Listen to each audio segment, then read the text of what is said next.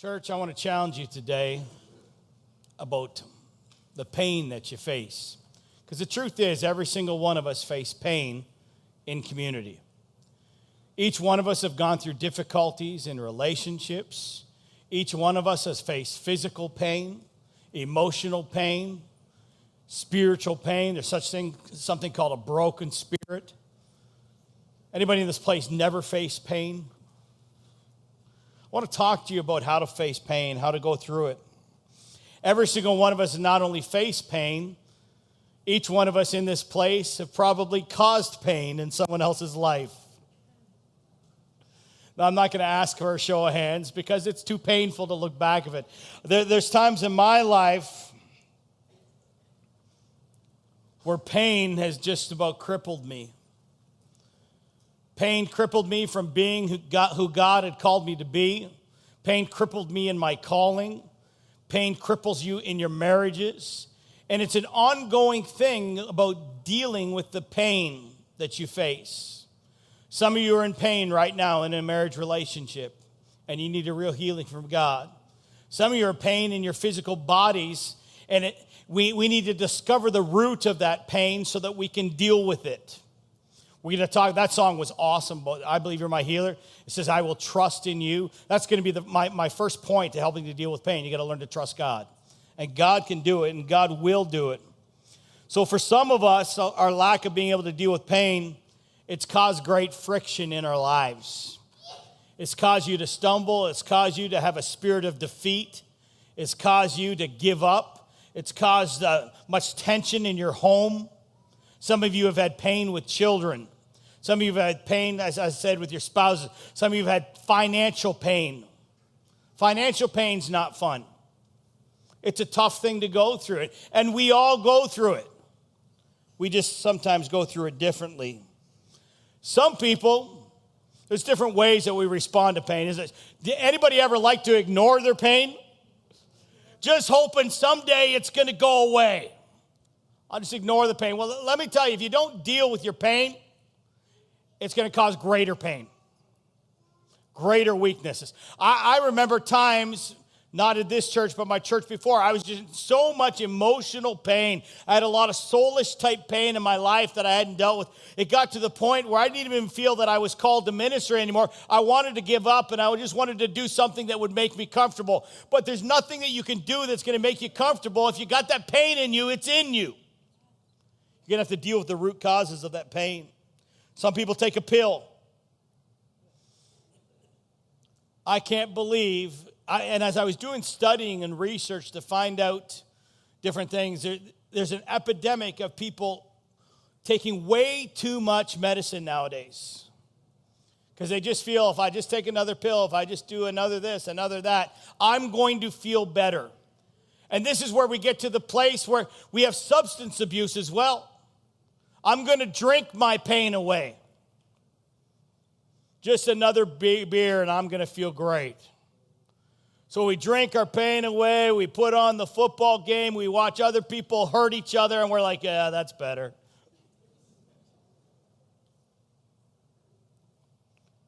We all respond in different ways. Church, I want to tell you, it's not God's plan for you to live in pain. It's really not. It's the enemy's plan. And pain came even in childbearing. It said pain came on the woman at the fall. And because of the fall and destruction and sin in this world, pain came into this world, and we all face different kinds of pain. The farmer faces pain. Childbearing, people face. Now, Jesus came and he broke the curse, didn't he? So I believe that we can see people set free from their pain. And I'm not just talking physical pain. You got to get that across, because some people are sitting here, oh, this is great, Pastor, because I've had a headache for years. I've had a bad, your headache may have nothing to do with your physical body. It could be something spiritual going on inside of you. It could be a soulish thing that you got to deal with. It's deep within you. We're going to talk a bit about how to do that. Here's the truth. Most of us adapt our lifestyle to fit our pain. I did that. I remember throwing my back out when I was younger. So what I did, I walked around like this for 4 days. Just adapted my lifestyle, and I didn't lift things. And some of you haven't been lifting things, haven't been doing things. I'd rather see you get healed from the pain. My wife had great back pain for years. She went to that Jesus Culture concert back in February. We claimed the testimony on Life 100.3. Some of you heard it, and it's really helped people. They told me they get calls about that testimony. Where Wendy's pain, it ended up being a physical thing in her back and a disc. She had one leg shorter than the other, and she felt it grow in that concert. She's sitting on the altar, and it came out. Unbelievable. She hasn't experienced back pain pretty much since February. It's unbelievable. God can deal with pain. Some of you need emotional legs to grow out so you can stand in who you are. Some of you are in pain in your marriage. It's been a tough year. You come to church alone. You face things alone. You're always working. You're not spending time together. There's some emotional pain. There's some roots that need to be healed. Now, we can look at the roots of our spouse, or we can look at the roots in our life. And I would challenge you today to not keep looking at the roots of your spouse and saying, if you would just deal with this, then we would be fine. No. Look at your roots. Look at your roots. See what God can do in you. The Bible offers different ways of looking at pain in our lives. You can't always happen to you, but you can help what you do about it. Sometimes we face pain just because we live in this fallen, broken world, and we face things in our lives. We can't always help that. You can't help what someone else is going to do to you or say to you. You may think you look good, and you walk into church, and someone says, what kind of outfit is that today? Now, you could take offense. Christians are famous for taking offense. Well, I don't like that. We even do it in church. Change the way we do things. You could take offense that the cross is no longer there, but that it's up front here. You could take offense over a cross. You seriously could. You didn't even know. You're like, oh, that looks kind of cool there. It was sort of hidden behind the banner, which you might have taken offense of.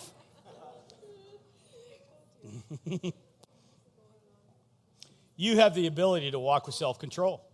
It's one of the fruit of the Spirit in you, isn't it?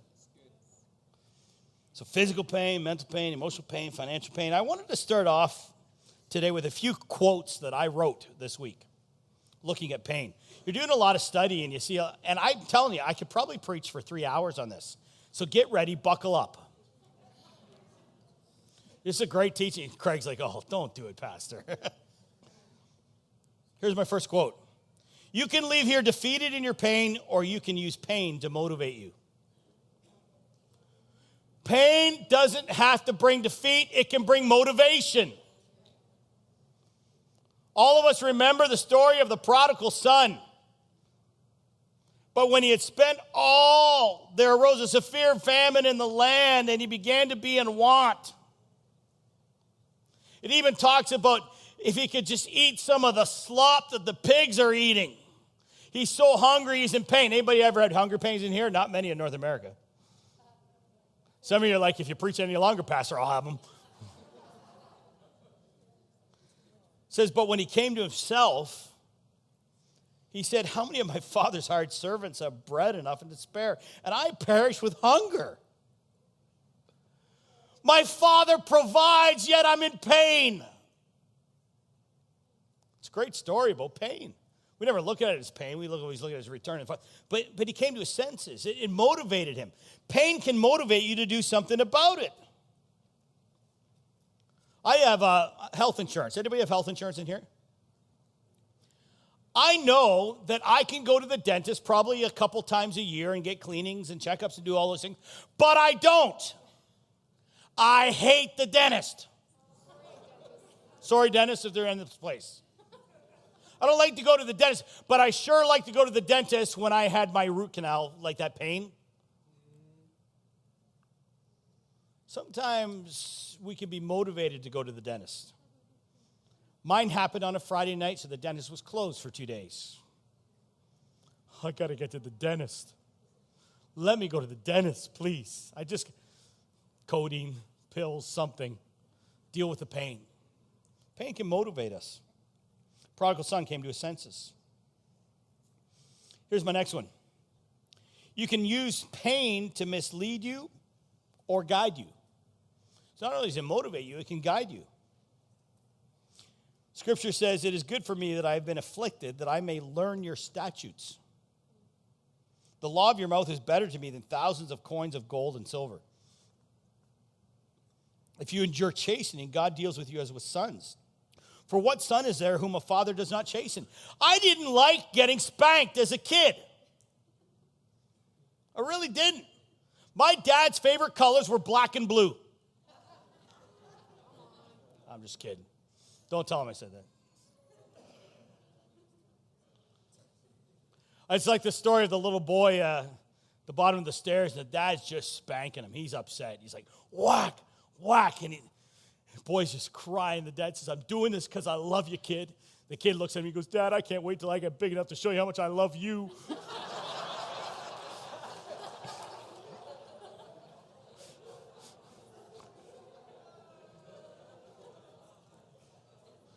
We all know pain can be a teaching tool. My dad knew that spanking, for me, was going to be a teaching tool. Now, don't be calling in the authorities. Pastor Jeff spanks his kids, okay? He hits them. He beats them. It's on tape. Go on the website and listen. Yeah, I did spank him every once in a while. I admit it. Sometimes it was to teach him, yet hardly ever. I don't know if Taylor even ever got spanked. She's good, but Zach, oh, my goodness. Got to the point, Zach would wake up in the morning and say, okay, Dad, just give it to me now. I'm bad. No, he's a good kid. Pain can guide you. It's like a bit in a horse's mouth. The horse doesn't like that. But he's going to turn if it gets pulled this way. He doesn't like that pain, that feeling. It's like touching the hot stove. Won't do that again. I remember how hot curling irons used to get when I was a kid. I grabbed one. You've heard the story. My hand bubbled. I never touched a curling iron again. I can't believe women put them on their heads. I'm like, why? Did you not learn the first time? Now it's not curling irons anymore. It's the straight iron. Or flat iron. What's it called? It's a straightener. And I found out you just don't buy a cheap straightener. Wendy's like, you got to pay at least $100, hon. I'm like, what? She goes, yes, it's hotter and it pulls it straighter. And they get marks on their head and their neck because they've been hurt. We got to learn. Straight hair may look good, but it doesn't look good with welts all over your neck.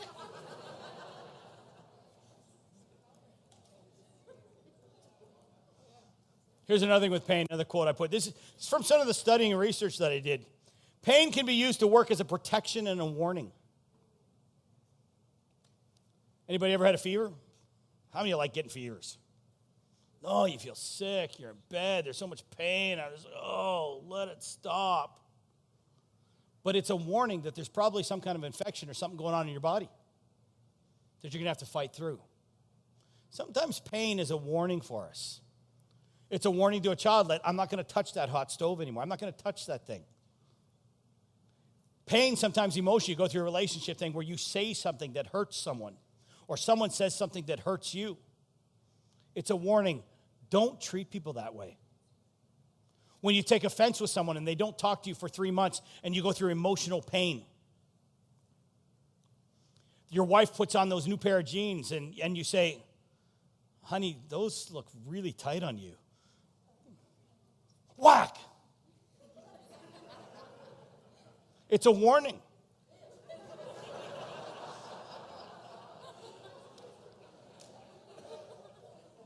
Honey, what is that beeping sound while you're backing up? No, I'm just kidding. We don't say that. I can say that, hon, because I'm a lot bigger than you, okay?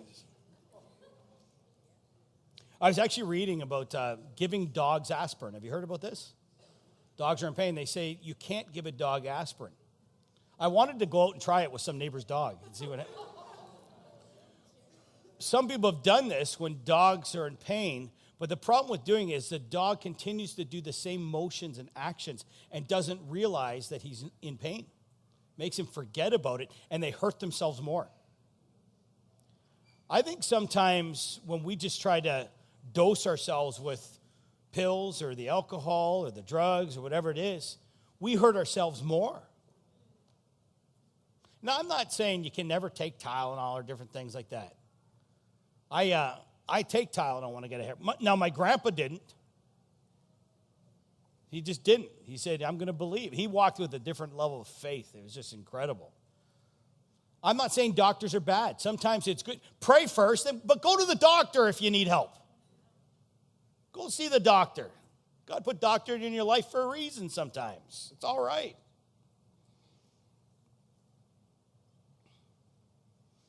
Gives us a warning. Here's the next one. Pain can indicate a life out of balance. Something's wrong. So there's pain in my life. I think God sometimes allows pain to happen. He's not a God of pain, but he allows certain things to happen so you realize that you're out of balance. Sin. There's sin in our life sometimes, and we get out of balance, and it's causing pain. How many know sin will cause pain? Lying, stealing, cheating. All those things cause pain. I love this verse, Psalm 38. I'm about to fall, and my pain is ever with me. I confess my iniquity. I am troubled by my sin. Lord, help us. Many marriages are out of line because the husband is struggling with sin. You'll wonder why you can't have intimacy with your spouse, and you're struggling with pornography every night. Many women, they don't like the fact that their husband isn't as romantic and kind and doing all the things that he needs to be doing because they're all caught up in these fantasy novels and they got fantasies going through their head all the time. Struggle in sin. Men and women. There's various, we could talk about all kinds of areas, but pain can indicate a life out of balance. I don't know about you, but God has used pain many times in my life to help me mature. If I give in to the earthly response of pain, I get upset. I take the substance abuse. I take the alcohol. I take offense. I do those things. I'm going to always struggle. But if I start to look at the godly points of pain bringing a warning to something in my life. Now, I'm not saying everybody who's in pain has sin in their life. I am saying all have sinned and come short of the glory of God. All of us have dealt with sin. But I am saying sometimes in your life it is sin. Sometimes it's a warning that there's something wrong. You're going through pain in your marriage sometimes because there's something wrong. There's some kind of sin that you're going to need to deal with. I'm not one to all the time say, oh, that person's sickness is because there's sin in their life. But sometimes there is sin that causes sickness. If I drink too much, the Bible talks about drinking. We're not to overindulge. But if I drink too much, it can cause liver disease. Is that true? So there are some sins that cause things within my life. I know when I have that sin of worry and anxiety, it can affect my stomach. Anybody else? Pain. So I've got to, bitterness is another one. I'm bitter towards someone. I don't walk in forgiveness towards someone. And you know what we do with bitterness? We try to just ignore it. It's what I was talking about, that very first thing. Oh, it'll go away and they'll eventually just forgive me. No, bitterness never goes, it gets deeply rooted. You know what Christians do? They get bitter and they just leave. Where we need to raise a better standard. We get bitter with our spouse, let's repent, let's get on our knees. Let's not leave. The divorce rate in the church is just as high, if not almost higher now, than it is in the world. Christians get bitter or take offense at a church, and they leave. Lord, forgive me. There's something going on in me. Because where's the love? We're called to love. We're called to forgive. We're called to have grace with each other. There's some deep rooted issues going on when we make those choices, whether it be in a marriage, in a church. Sometimes we leave jobs because there's too much pain. But God's planted you there for a reason. I want you to bloom, but all you can do is feel the pain. When all you need to do is say, hey, Victor, Felicia, I forgot your life group. I'm so sorry. We mend, we heal. We don't walk in brokenness. My brethren, count it all joy when you fall into various trials, knowing that the testing of your faith produces patience, but let patience have its perfect work, that you may be perfectly complete, lacking nothing. I want to let patience have a work in me rather than offense. I want to let patience have a work in me rather than defeat, that I'm not lacking anything. You can't always help what happens to you, but you can control what happens in you. The most balanced, and I wrote this morning, the most balanced people are not those who have experienced little pain. They are those who have gone through pain and managed to keep a great attitude and focused on their call. That's powerful. The most balanced people I've ever met in my life are those who have gone through pain and have been able to focus on the call that God has for them. Been able to love through their pain. Been able to forgive through their pain. Been able to find grace through their pain. In my research the last couple of weeks, I've discovered a few things that you should know about pain. Number one, pain is rarely the problem. It's almost always the symptom. There are roots to pain. These are some things that I've just discovered over the past while, listening and reading and so forth. Pain is rarely a problem. It's almost always a symptom. Talk to the doctor, psychologist, counselor, pastor. In most cases, there are roots to someone's pain. You've got to find the roots. I don't know, and it could be a physical pain, an emotional pain, whatever it is. You've got to find the root of those things. What is the root that's causing me to feel this way? What is the root that's causing that pain? Even in our physical bodies. How many of you know, just even something as plain as, if I always eat high, fatty, greasy foods, I don't feel good. So the root is, I'm a glutton with chicken wings. Amen. If you eat 12 chicken wings, half a bag of M&Ms, and a sundae every day, you're probably in trouble. You're going to experience pain. Number two, pain will lead you to the source of your problem because pain has a voice. Pain will lead you to the source of your problem because pain has a voice. Nobody likes pain, but pain is there to point us to the problem so we can solve it. Pain can be a good thing. Find out where the pain is and let it lead you. And it's not to get out of pain, but it's so that we can solve the problem. Because you're not meant to continue in pain. When you go to the doctor, what do? They ask you a lot of questions, don't they? What's your diet like? How are you feeling? Where does it hurt? Does it hurt when I touch you here? The doctors ask all kinds of questions because they want to find the source. They want to find the root of the pain. So pain will lead you to the source. Here's the other thing that's sort of like it. Pain has a voice. It will speak to you about what is going on. My daughter had some stomach issues going on. We're like, what's going on? And my wife started to discover, well, you know what? When she has cereal and puts milk in her cereal, she's in a lot of pain. When she eats something with dairy, she's in a lot of pain. So we started, the pain had a bit of a voice, and we tried different things, and we're like, oh, maybe she's lactose intolerant. No, we're not sure. We're trying to discover these things. We're allowing pain to have a voice. Then we know how to pray. Then we know how to deal with things, don't we? Then we know what to do. Pain has a voice. Number 4, the level of pain does not determine the depth of the problem. My kids were making fun of me this morning. Because when I get the flu, I'm like, call mom and dad, their son is dying. Let them come see me. It's not funny. I'm in pain, and my wife, like the last time we had the flu, Taylor threw up, she's going, oh, and then Zach and Wendy get it. They just go to the bathroom, throw up, back to bed. I'm like, Jesus! Take the pain away. I don't like it. I'm a baby. But it's just the flu. Sometimes we get a little sliver. We go to the doctors and we're like, oh, it hurts so bad. He takes it out. He's like, this is the problem. He goes, no, there's got to be more than that.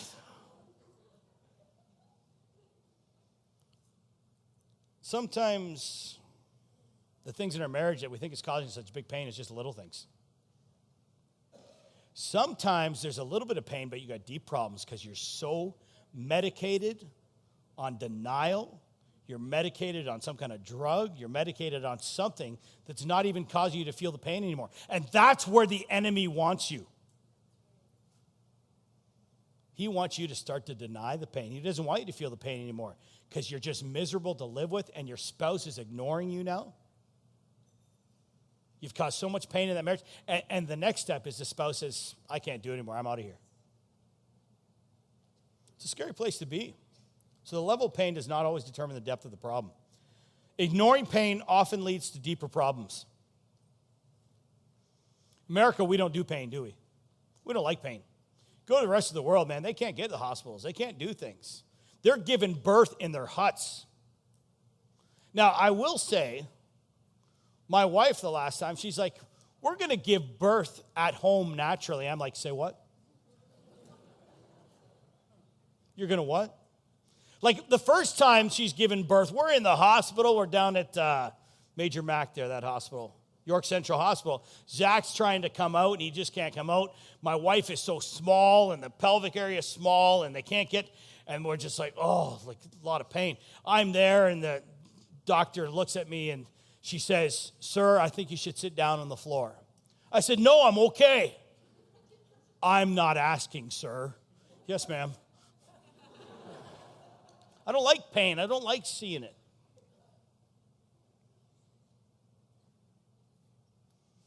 We've got to learn to deal with pain. I think there's too many things in North America that can help us disguise the pain that's really going on. Let's put on movies, read a book, take our medicine, isolate myself. And you start to do all those things, you become useless in community. This is why I'm talking about pain in community, because each one of us have to learn with the pain that we face in community and do it in a healthy way and learn to get better. I can guarantee you, if you're always anxious and anxiety and worry and all those things, you're probably going to be a person that's going to suffer with more headaches, stomach aches. Like we said, bitterness, unforgiveness. You're probably going to struggle with different areas. We've got to be careful. So we've got to, number one, trust God. With these points, I'm closing. But I could be closing for a long time. My brethren, count it all joy when you fall into various trials, knowing the testing of your faith produces patience. James says that testing your faith, trials test our faith. And they determine who we're going to trust. Will you trust in God? Will you believe in Him as you go through that pain in your life? Psalm 50, call me in the day of trouble and I will rescue you. God calls Himself a hiding place. Will you trust? Will you hide yourself in Him? Will you go to Him? I love 1 Corinthians 10, verse 13. No temptation has overtaken you except such as is common to man. But God is faithful, who will not allow you to be tempted beyond what you're able to bear. Like when I go through the flu, I think no one else goes through the flu like me. I must have more pain. My wife's like, no, we just handle it better. No, you did not feel like I felt. Nothing, it's all common. It's all common to man. Don't laugh, Craig. You're probably a baby too.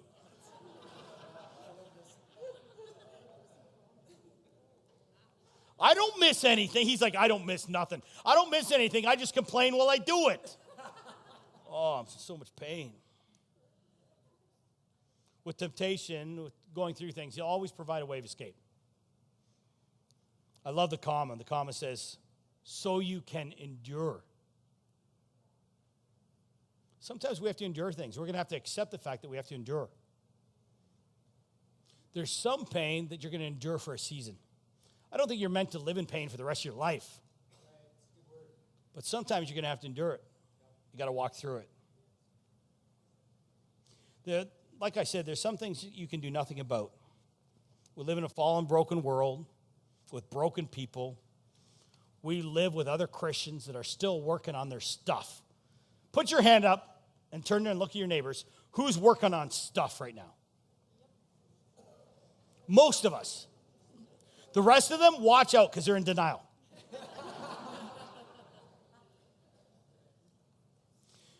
But here's the problem. What really gets me with the whole pain thing is that things go wrong because of the spirit of stupid. Some of us are just stupid. We got the spirit of stupid. Yeah, it's all right. I don't really need fellowship with the body. I don't need to go to a life group. I can eat whatever I want. We tell that to our son. There's someday you're not going to be able to eat whatever you want. Like I look at my son, I'm eating oatmeal this morning with cut up fruit and a little bit of cinnamon. That's healthy. He's like warming up milk and putting chocolate Cheerios in it. I'm like, man, that looks good. My son can eat dinner and 2 hours later say, hey, let's order a pizza. But when we're young, we have this spirit of stupid and we can handle it. You're not stupid. We love you, Zach.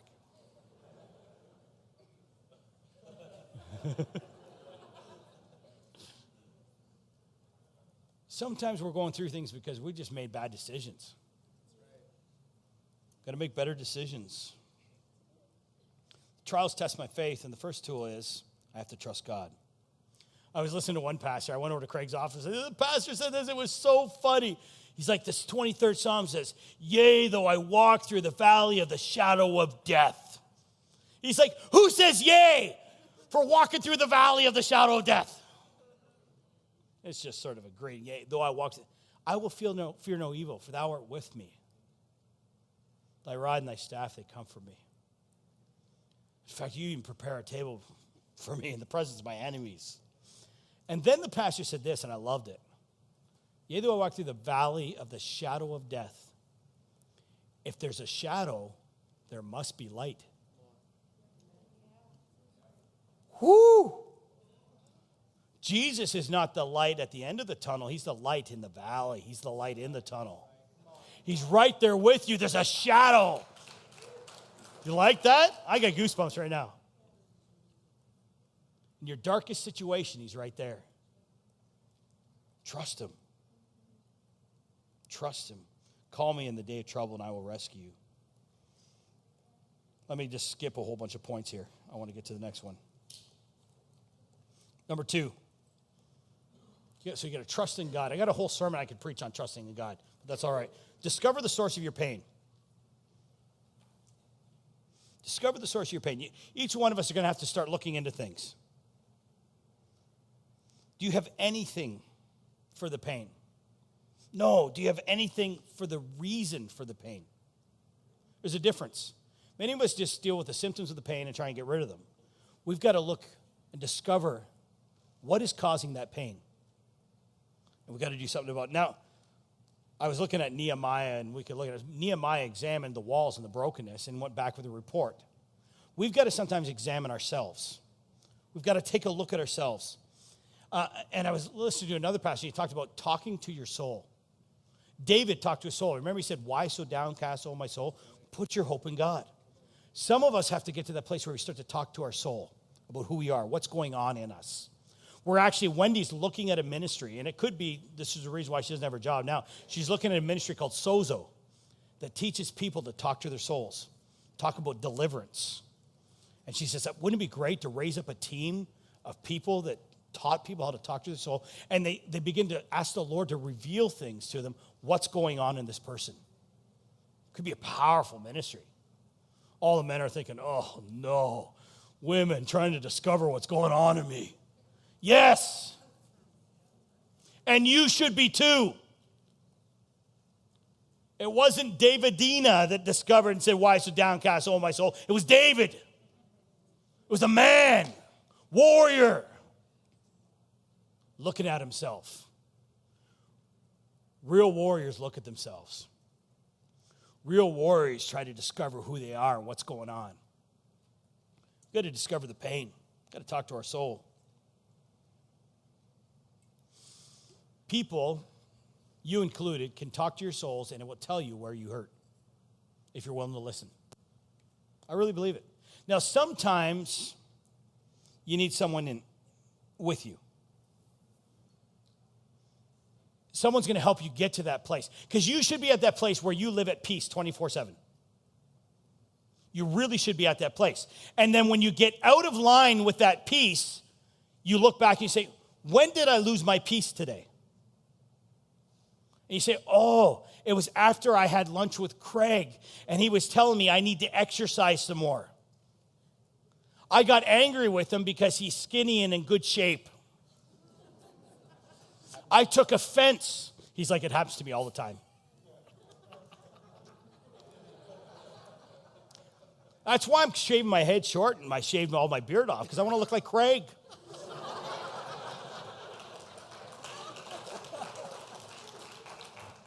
I got my funny bone on today. Look out. You know, sometimes we got to go a little bit deeper. We're going to have to get counseling.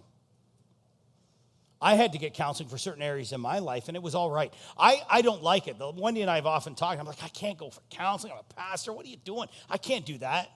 She's like, so we're going to struggle with this for the rest of our lives? Maybe. Our last vacation, we had some great time together, just looking at ourselves, looking at our souls, looking at what's going on. I was struggling with certain things like a spirit of rejection. We dealt with it. We prayed.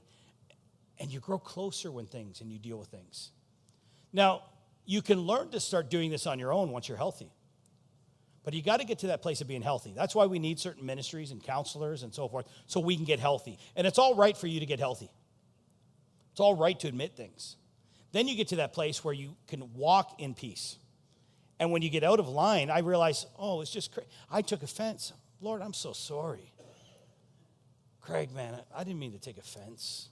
I think it's great that you want to get up every morning and waste your time doing P90X.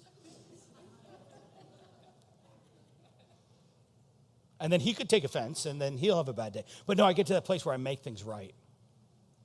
We all got to get to that place where we can walk in peace. You know, many of us don't do that, and we wonder why we get hurt all the time. You've been in those situations. You walk into a room, and there's all kinds of strong personalities in that room, and you're just like inside, like, ugh. Oh, I can't stand her. Oh, just leave me alone. And the person comes up to you, and you're like, hey, how you? Ow! Don't hurt me. Oh, I just touched you. No, you hurt me. You know what I'm talking about. Hey, where'd you get those jeans? Were you at the mall? Did you go to Walmart? I don't shop at Walmart.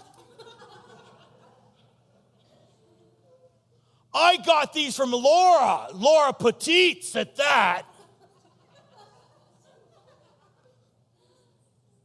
We get so offended, we get so hurt because we're so broken inside.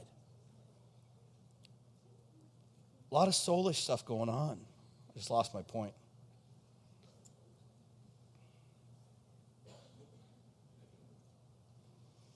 Oh, come on. You got to love new technology, eh? I touched something that I shouldn't have touched. Let me just get here. I'm almost here. Number 3, develop a culture of wholeness around you. Sometimes you wonder why you're always upset and you're always in pain. It's because you hang around people that are upset and pain. You got to develop a culture of wholeness around you. Sterilize the surroundings. Hospitals have to be sterilized, right? When you work at a hospital, pretty important to keep things clean, isn't it? Do you help keep things clean? It's probably one of the number one jobs, isn't it? Have to be sterilized. Why? So people don't get disease and infection. Some of you got to clean out your houses. That's what we did with this wonderful couple. We went in and said, maybe you need to get rid of that. That's kind of demonic. This is going on. I don't want those things in my house. Some of you need to clean out your houses. Some of you need to clean out your fridge. You'll wonder why you're always sick. It's because your fridge is filled with beer and pop. It's just practical things like that.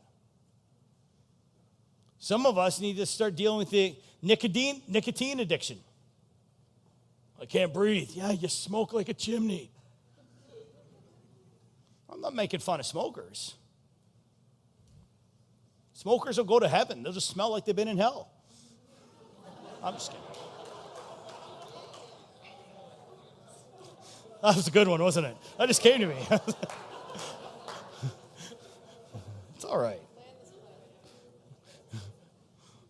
My wife just said, land this plane. Let's go. She's worried I'm offending people right now. Proverbs 25, verse 19 to 20. Like a broken tooth or a lame foot is resilience on the unfaithful in a time of trouble. Like one who takes away a garment on a cold day, or like vinegar poured on a wound, is the one who sings songs to a heavy heart. You know what this is saying? If you're troubled and you have a heavy heart and you're in a lot of pain, don't listen to country and Western music. No, it's saying don't hang around with people that are going to take your coat. Some of us put ourselves in a place where we're in pain and we're going to have more pain. I'm cold, I'm shivering, and I'm hanging out with someone, and every time I get around them, they just keep taking my coat off. Hang around godly Christians. Sterilize your surroundings. Change your friends. I bet you that's one of the number one things Teen Challenge girls need to do. Change your friends. Is that true? Sterilize your surroundings. You're around people that complain and find offense with everything and find something wrong with everything you do, everywhere you go, you're going to become like them. Is it true? If you're around people that always sing praise to the Lord, sing songs of affirmation, man, how many of you love to be around that person that says, you can do it today? How many of you want that dad, young girls in this place? I knock on my daughter's door almost every morning. I say, how are you beautiful? How many young girls would want a dad to do that? Now, I'm not saying young girls, if your dad doesn't do that, you leave. But pray. Pray for your dad. And dads, sterilize your home. You're struggling with certain things, sterilize it. Put blocks on your TVs, blocks on your computers. Do what you need to do. Get rid of the Playboy magazines. If they're not under your bed, you can't look at them. But Pastor, they've been under there for emergencies only. What? Get rid of it. Throw it out. Sterilize your surroundings. Number 4, develop a plan to get well. There's some people you don't accomplish, and I'm almost done here. I got one more point. That's it. This is good teaching, and you need it. Develop a plan to get well. You don't accomplish anything all day, but it's because you sleep until 10 or 11 o'clock, and you stay up till 1 in the morning when no one else is up anyways. Get up in the morning. Start doing things when other people are up. Get up with your spouse. Some of you are like, Pastor, man, it's all right to sleep. Yeah, it is every once in a while, but when you're doing it 4 or 5 days a week, there's a problem. Get to bed at a good time. Change your routine. Develop a plan to get well. Get the junk out of your fridge and your cupboards. I love this scripture in Proverbs 20. It says, love not sleep, lest you become poverty. Early to bed, early to rise. It's old proverb saying. Do some things that are going to help you. We don't like to do pain, but that can be part of the plan to get well. There are times to mourn. It's healthy to mourn. But if you're still mourning 5, 10 years later, you're stuck. There's times to go through pain. There's times to go through mourning. There's times that are difficult, but don't get stuck in that pain. Get a plan to get out of it. See a counselor. Talk to some friends. Pray with your spouse. Talk to your kids.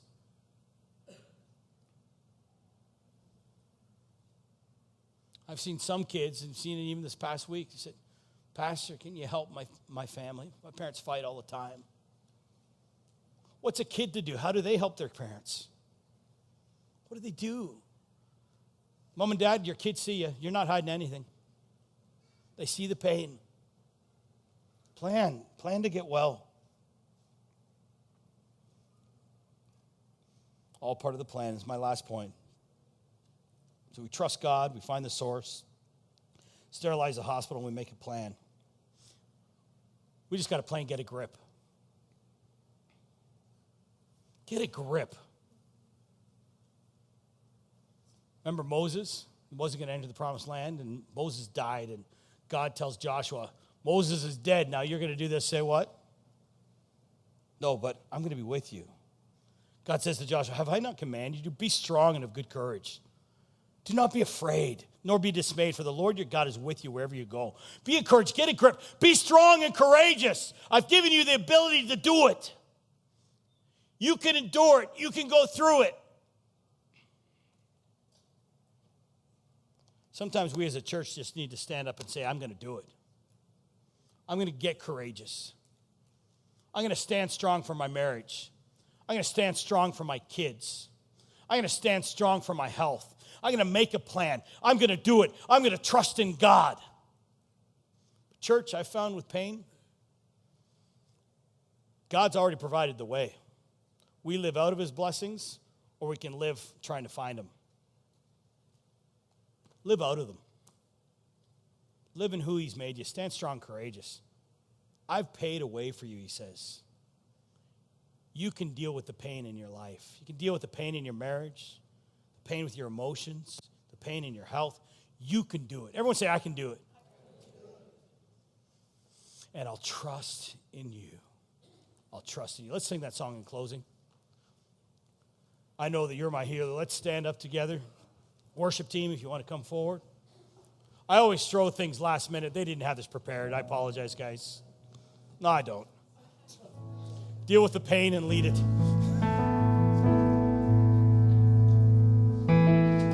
Do you know what? The Lord just spoke to me right there. He said there's some people dealing with a lot of pain. As we sing this song, I want my prayer team now. Prayer team, move now. If you're on my prayer team, just move forward. Don't hesitate. Don't think, oh, is he calling me? Just move. If you think I'm calling you, come. There's some of you that have been struggling with a lot of pain. It could be physical pain, emotional pain, spiritual pain. I don't know what it is, but God wants to set some people free today. God said, have some people come forward. Eyes closed all over this place. The Lord's been speaking to you about pain in your life, and you're tired of having to cope with it and deal with it. You need to be set free today. You say, Pastor Jeff, that's me. Put your hand up all over this place. Put it up. Jesus is going to do a work in you. He's going to touch you. He's going to touch your marriage. He's going to heal that body. He's going to heal those emotions. As we sing this, I want you to begin to come forward. Let's deal with the pain.